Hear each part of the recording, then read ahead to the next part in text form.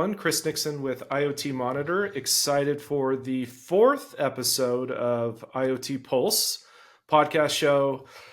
And we're genuinely excited today to have Kirill, as always, as the co-host. But really excited to have our guest from BstSecurity, Hisham Wakim. How are you?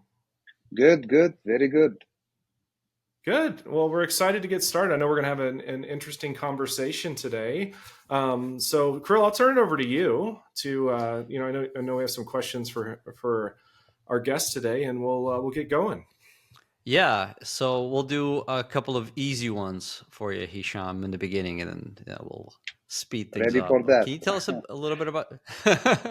Can you tell us a little bit about yourself? Share some history of BstSecurity and what you guys do. Yes, definitely. I started personally in the field of video security and video monitoring since year 2000.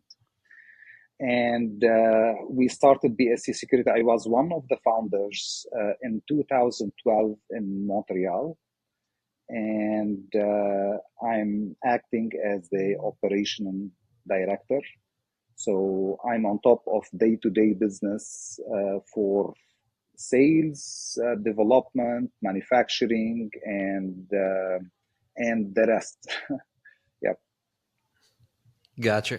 So one thing I know about BstSecurity is you guys are not just a typical camera company, right? You focus on building solutions and outcomes, which I think is going to be very exciting for us to talk about today. Can you tell us a little bit more about those core competencies? Yes, definitely. So the purpose when we started BstSecurity is to solve a certain problem in the industry. So we need to offer system integrators, distributors, and projects a customized solution, customized cameras, customized software, customized edge. We started with the normal IP and normal network cameras, let me say, between PTZs, fixed cameras, long-range cameras. We started early in the video analytics, where we started also doing perimeter protection, where we are linking fixed cameras to Pentel zoom in a specific algorithm in order to track objects, cars, vehicles, big vehicles, even not only normal cars, people, and the like, to minimize the false alarms and to increase the security of a perimeter. Would it be safe to say that you guys are leveraging a lot of video analytics at the edge and kind of making that edge smarter? Whereas, yeah, go ahead. Yeah, at the start, we started it on the server, same as everybody. However, later on, we find out that the power of the edge is becoming better and better always. And we started to embed some functions on the edge before sending it to the server for the complete analysis. And that it helped a lot.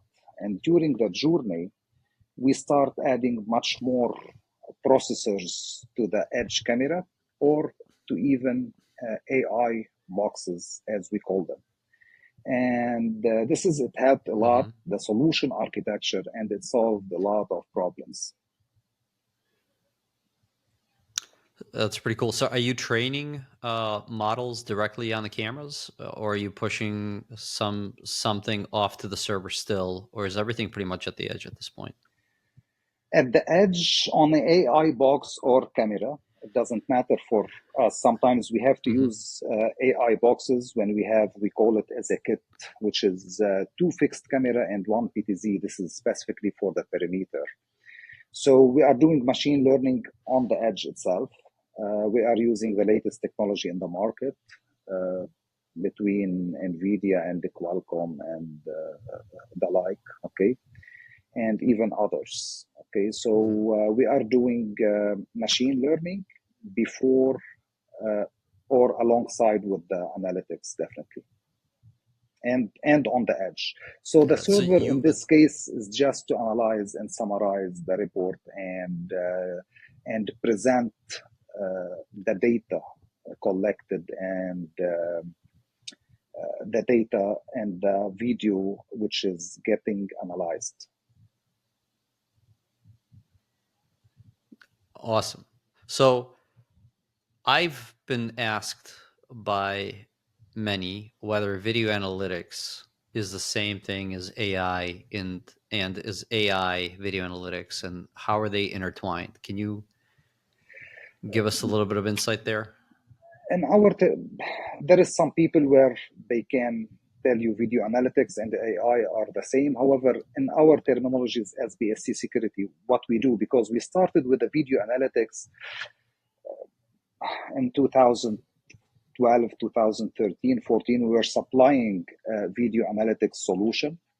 And the way we change it later, this is what we call it AI. And then the way it is presented now and it's delivered now, we call it a full AI and machine learning, which is a little bit more than just video analytics, because we are not analyzing the video only. We are learning the environment. We are analyzing objects inside that environment. And then we do our video analytics for whatever required as an output.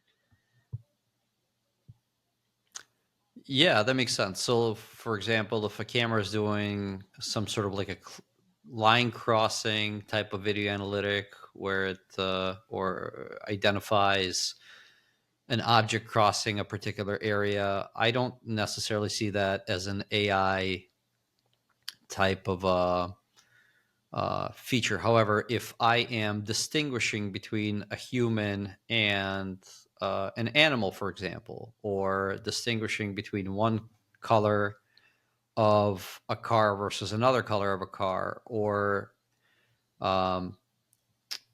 in that sense, I believe that, you know, if you're training the model, right, I feel like that would be a video or an AI based video analytic feature. Would you agree with me? Or Yes, definitely.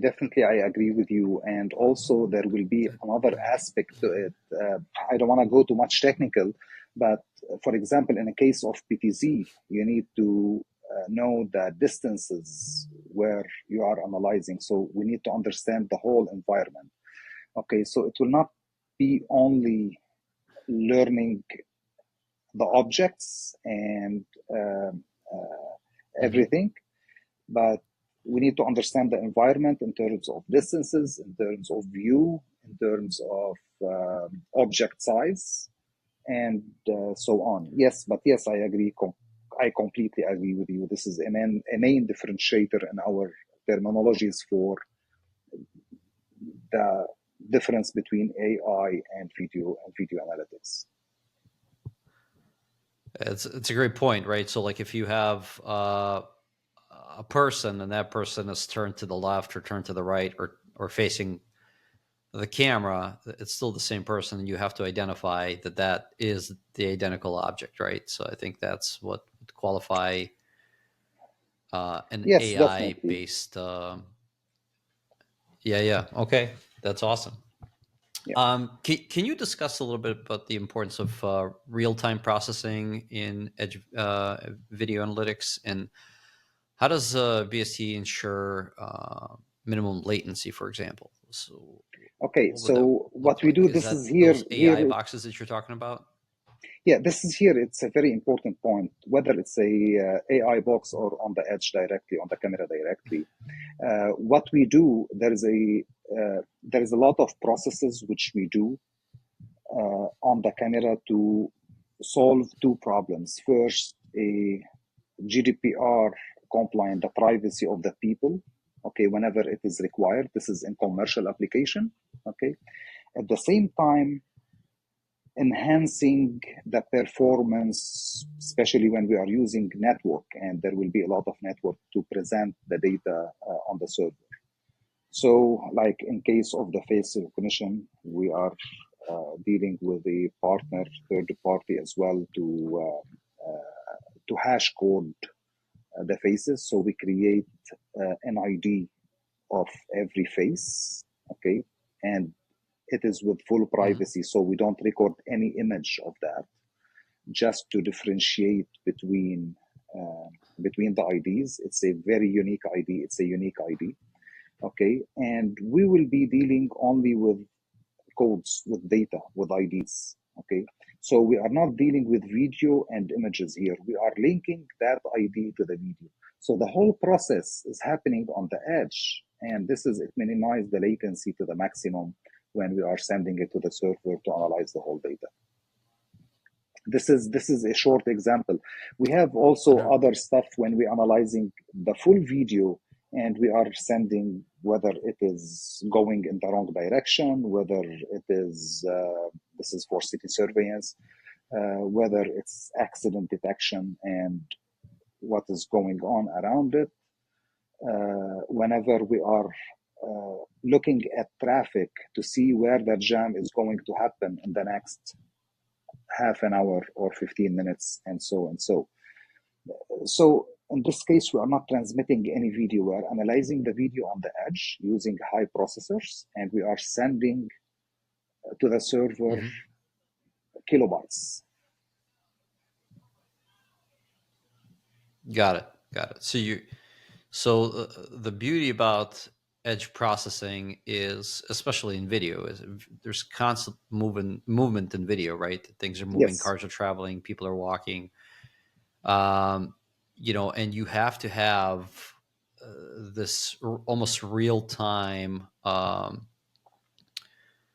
solution for being able to support privacy, right? Making sure that you're GDPR compliant, like you said, and making sure that not a single frame of that video is showing an individual, for example, right? Exactly. So you probably want to offset that to the edge. And then the other great thing about pushing the processing to the edge is you're not taxing the network necessarily to push that data to the servers, right? Everything's kind of confined within the camera or within the IO box that's sitting somewhere at the edge of the network, and you're really pushing just metadata information to the servers, right?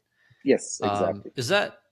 Would you say, is that a more costly solution, since you're or less of a costly solution, because now you don't necessarily need high-end NVIDIA video cards or graphics cards to kind of generate a lot of processing, at the server level? And by the way, I've seen the NVIDIA stock lately. They're doing great, but Yes, definitely. Although, Karela, I don't know if you saw the recent headlines. As of today, literally today, there's some headlines that NVIDIA, might be some interesting stuff, I will say. Are you saying that the stock price dropped? Well, something about the government investigating them. So I'll just leave it at that. Yeah. Okay. Also, okay. Interesting. Yeah. Interesting. Not important for today, but just interesting that today, literally, that's what I was reading. So. Okay. By the way, we use NVIDIA and Qualcomm, so both. So yeah. So to answer your question, Carol, it is a more cost-effective architecture. Not only more cost-effective, it is also less or high availability architecture. Why? There is a distribution of power on multiple places. So the power is not centralized. If in case you lost something, you will be losing at that specific kit, which is 2-3 cameras only out of 1,000 or 500 or so on. And on the server, you need much less power server than a centralized cloud or centralized system to manage all the video analytics. And also, we are not transmitting videos in this case over the network, so it is less weight on the network. The videos are getting analyzed, unless in the case of security and you want to store video, this is completely something something different, and it will include redundancy. It will include a lot of stuff. However, even in terms of security, our weight on the network is very low because we'll be indexing the video before it's getting recorded or transmitted in that case. So as a general all solution, not only the cost of equipment, but the architecture, the cost of network, the cost of a lot of other components. The full architecture of the system, it's going to be completely different. Yeah, I agree. I think that there's a lot of pros to having video analytics done at the edge the way you guys are doing it, right? And especially on the network side, especially if you're dealing with video data, you want to push it out to the edge as much as possible. And right now, the great thing about just I want to mention something in this redistributed architecture. Okay, the IoT monitor is very important to keep a high available system, so it can manage those devices in a much more and better efficient way. Yeah, thank you for that. And 100%, right? It's the ability to manage all of these edge devices, because edge, in my mind, is becoming a critical component, right? And the reason why I say that is because if you remember when cameras first came on the market, and I'm not talking about analog cameras, but let's talk about analog cameras. Analog cameras were predominantly used for safety and security, whereas now the edge is getting smarter and smarter. And at this point, I could argue that these cameras are part of critical infrastructure. They're just as important as those switches that are sitting in a network or the routers that are sitting in a network. These cameras could be doing all kinds of things, jobs, jobs, exactly, and solving all kinds of applications, which actually brings me to the next interesting topic, which is my favorite topic: use cases in video analytics. What can you give us some examples of some projects, and you don't have to be specific, but some success stories that you've had from an operational standpoint, how you guys leveraged video analytics at the edge and some of the problems that you guys have solved in the industry? Okay, so first, our approach for AI and video analytics. Again, it's not video analytics alone, it's AI and machine learning. Our approach to it is to achieve 3 objectives or to solve 3 problems. First, either to generate money. Second, either to save a lot of money by managing better the operation. Third, security and safety, which is not measured by any, let us say, money or values or, So regarding the first one, again, with full GDPR compliant, without recording any videos, any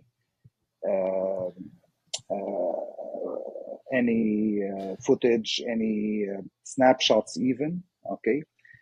This is for retail applications. So what we do a very high accurate people counting and demographic,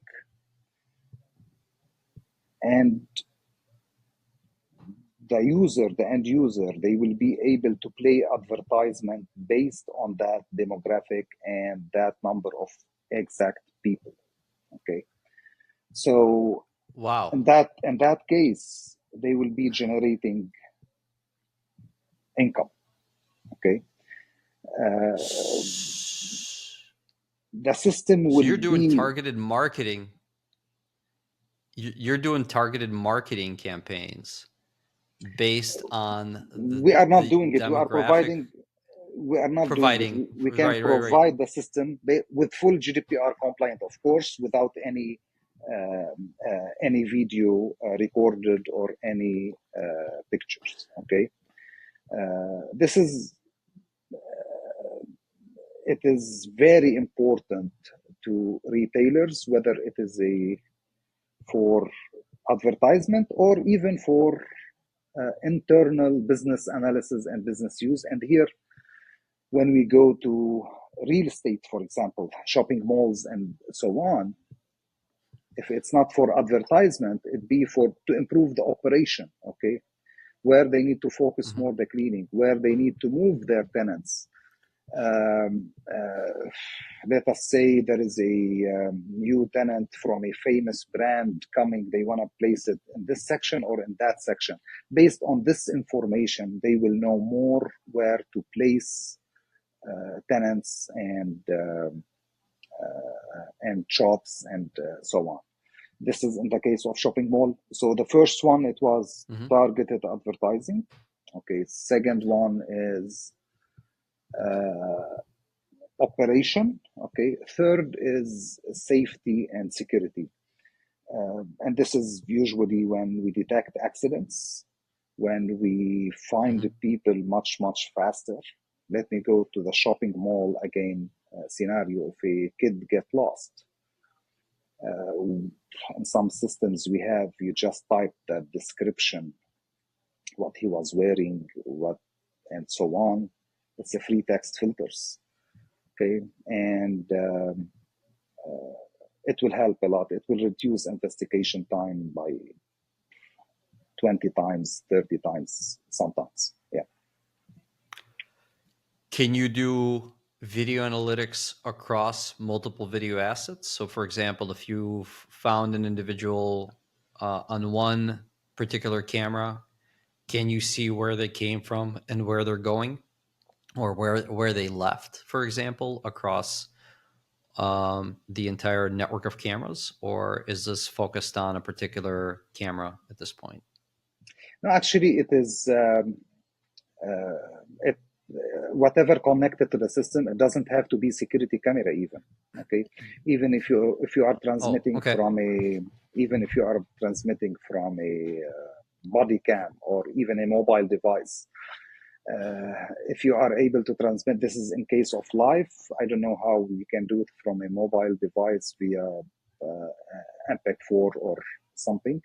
And on the recorded images, any source of video which is converted to a certain format, or we can even convert that to a certain format, and then we can index it and do the analytics, implement the analytics on it directly. Impressive. So it doesn't matter whether it's a CCTV camera or whether it's an iPhone device or a body cam. You basically bring everything together into some sort of a platform where you can analyze that data and identify an individual and where they came from, where they went, and if that's the same individual or not. Is that my understanding? Exactly. Any source of video. Okay. It doesn't have to be CCTV camera, and any camera doesn't have to be BstSecurity camera. Now with BstSecurity camera, you have an advantage whenever we have an edge processor which it can handle the analytics, so we can use much less AI boxes than with other cameras, definitely. I mean, these topics are so interesting to me, and I could probably spend another 2 hours discussing what could be done in the future, right? With digital evidence management applications, where you can create case or build case files and dump all this digital evidence into a case file and then be able to bring those up using facial recognition in case somebody comes into the store and there was an incident. Those case files could come up, for example. That's just something from the top of my head, which we could discuss for another hour, but I know we don't have time. And retail is a very interesting environment. There's so many things that I learned that retailers need from an operational standpoint, like you said, from physical security, and even like dwell times, operational flow. Where are the most important objects or the best selling objects should be? Yeah, all of that stuff. And there's so many use cases across the board, which are really cool. Now, I know BstSecurity also focuses on thermal cameras, and I love thermal cameras. There's so many applications that people don't think about.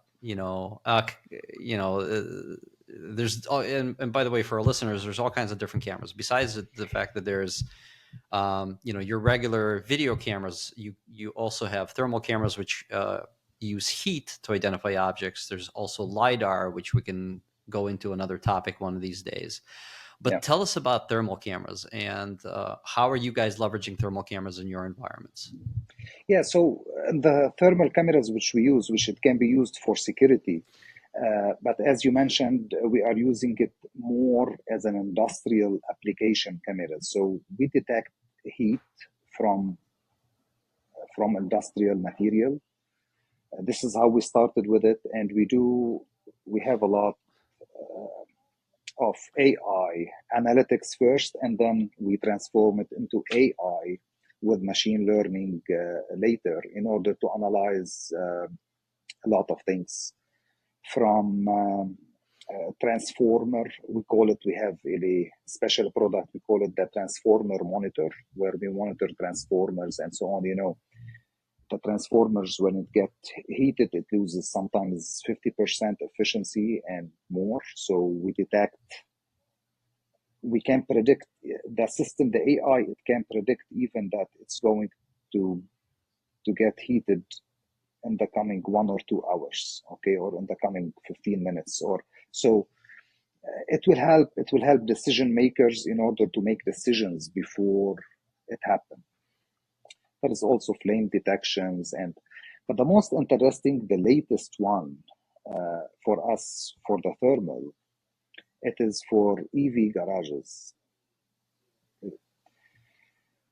So for EV, electric vehicles, especially buses and so on, there is BMS, of course, to monitor the battery temperature and the other stuff. However, the surface of that is not monitored by the battery management system.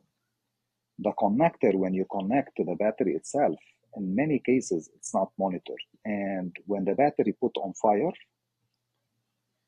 it's very difficult to stop it. This is first. When to charge it, when not to charge it, this is, you can know it from the BMS approximately, but to prevent fire, to manage it in a better way, instead of logging into every vehicle, especially when you have in a garage for a city, for example, electric buses, and you want to monitor 300 or 900 bus in a garage. Okay, you don't go to every garage and monitor its buses. We are using our thermal cameras with AI and video analytics in order to manage that, help transport authorities to manage better the electric vehicle. Here you can charge, here you cannot charge yet, and so on. It's a very interesting subject, and it has a lot of details yet. Just we are, because of the time, of the limited time, we are moving quickly on it. Yeah. Wow. So what I'm hearing is, I have a Tesla, by the way, which I love. I think, Chris, you may also have a Tesla, or your wife has a Tesla, right? I don't. My wife does. Yes. Your wife. Okay. Yeah. All right. Fair enough. I have it, and we love it. But what you're saying is, it wouldn't be such a bad idea for me to put a thermal camera in my garage where I'm constantly charging my Tesla to identify potential heat issues from the battery that could more or less burn my house down. Is that what I'm? Correct. Is that what I'm hearing? Correct. So it would. That's correct. Wow. Okay. That's correct. Because sometimes, well, that's good to know. If it's not plugged correctly, it will produce heat, a lot of heat. Yeah. So Hisham, as soon as you guys come out with that solution and productize it, I will be very happy to be the first person to be a proof of concept for you, to be a guinea pig. I'll ship you one this month. Let us know. So Well, and you can imagine that, Grill, just like you have one Tesla, or maybe people have two in their garage, whatever. But at scale, I mean, imagine hundreds of EVs, right, Yeah. in a garage, and that's what he was alluding to. And so, yeah. So buses, right? All these electric vehicles that are basically working for the cities nowadays. Yes. So the This is the opportunities most I feel important. like are endless. And this is where the risk is. Now, in a garage, there is a risk, of course. However, it is minimal compared when you have for a city, a garage for EV, for electric buses, where you have like 300, 400, 500 bus inside. So this is a high risk. Yeah. That's amazing. That is a really cool use case I never thought about. And I love talking about video analytics use cases. There's just so many of them. Can you tell us? We're going to probably wrap this up, but can you give us a little bit of insight into the future of video analytics at the edge? Where do you see the industry going, and how is BST preparing to meet these trends and the future Actually, needs?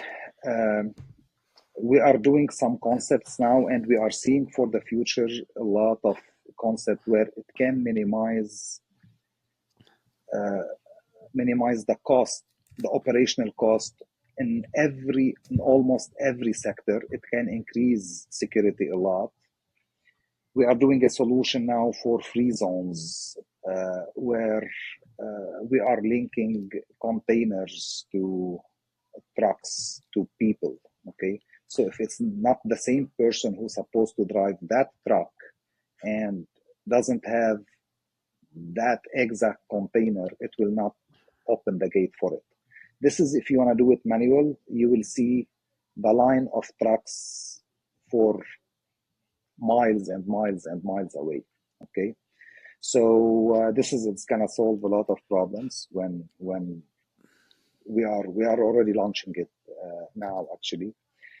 For the future as well, we are seeing it, as I told you, in almost in every sector, even in the residential, in condo buildings, in all this. Instead of assigning security people for every building, security personnel with shifts and so on, it all can be managed from a central location using edge and servers just as an operation, low cost servers just as a display and operation.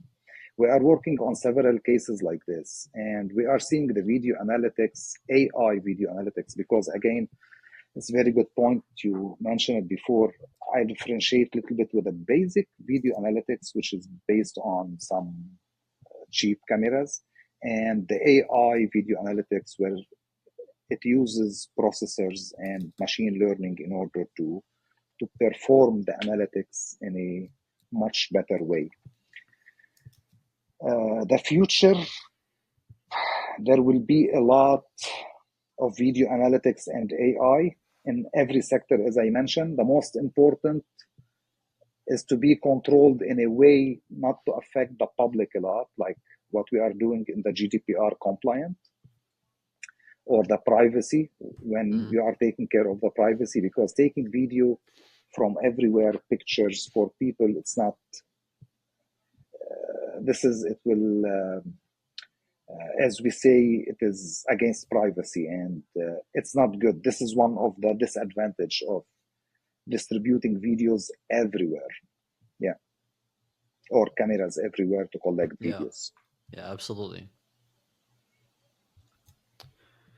Yeah, so in my mind, going, let's say fast forwarding to, let's say 5 years from now, 10 years from now, what I'm seeing is more verticalized approach to some of these solutions, right? Like you said, you want to identify a individual in a truck, for example. Well, you're obviously not going to put like a large, CCTV camera inside of a truck. You're gonna put smaller cameras that may do some sort of video analytics processing, may be connected to some sort of an app or a cloud application, right?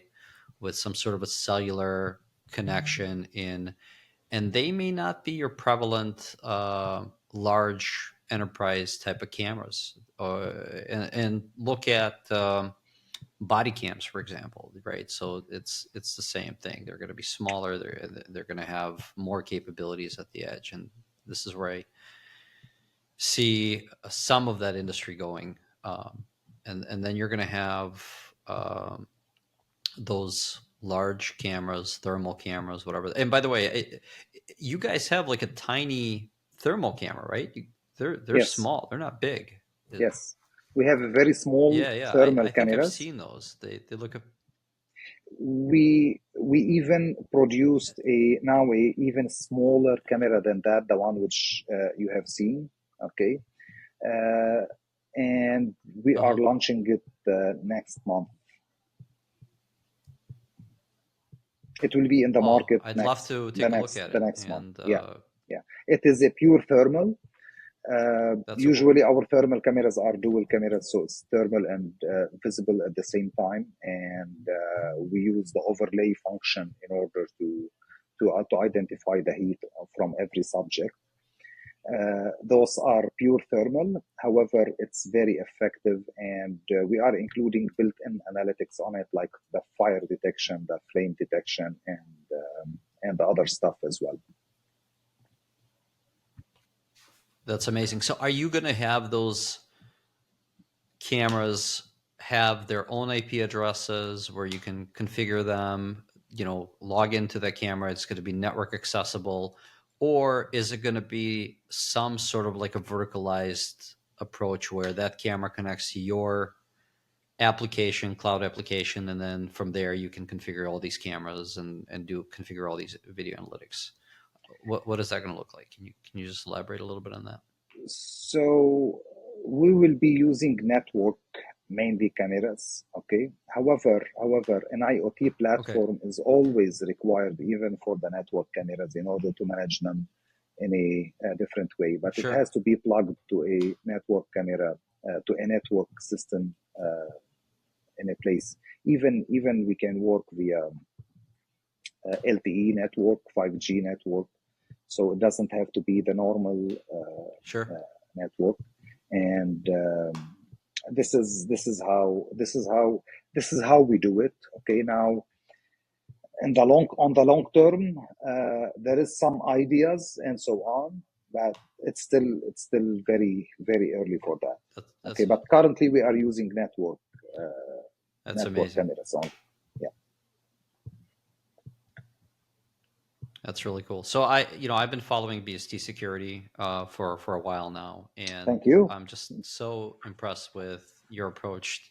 With your approach to the how you guys are positioning yourselves in the market. The things that you guys are up to is just impressive. So I'm definitely rooting for you guys. And cheering for you guys from the sideline. And I'm extremely, extremely happy that you found some time to speak with Chris and I today. So I personally learned a lot. Yeah. Thank you for Same having here. me. Same here. Thank you Of for course, having me as well. Of course.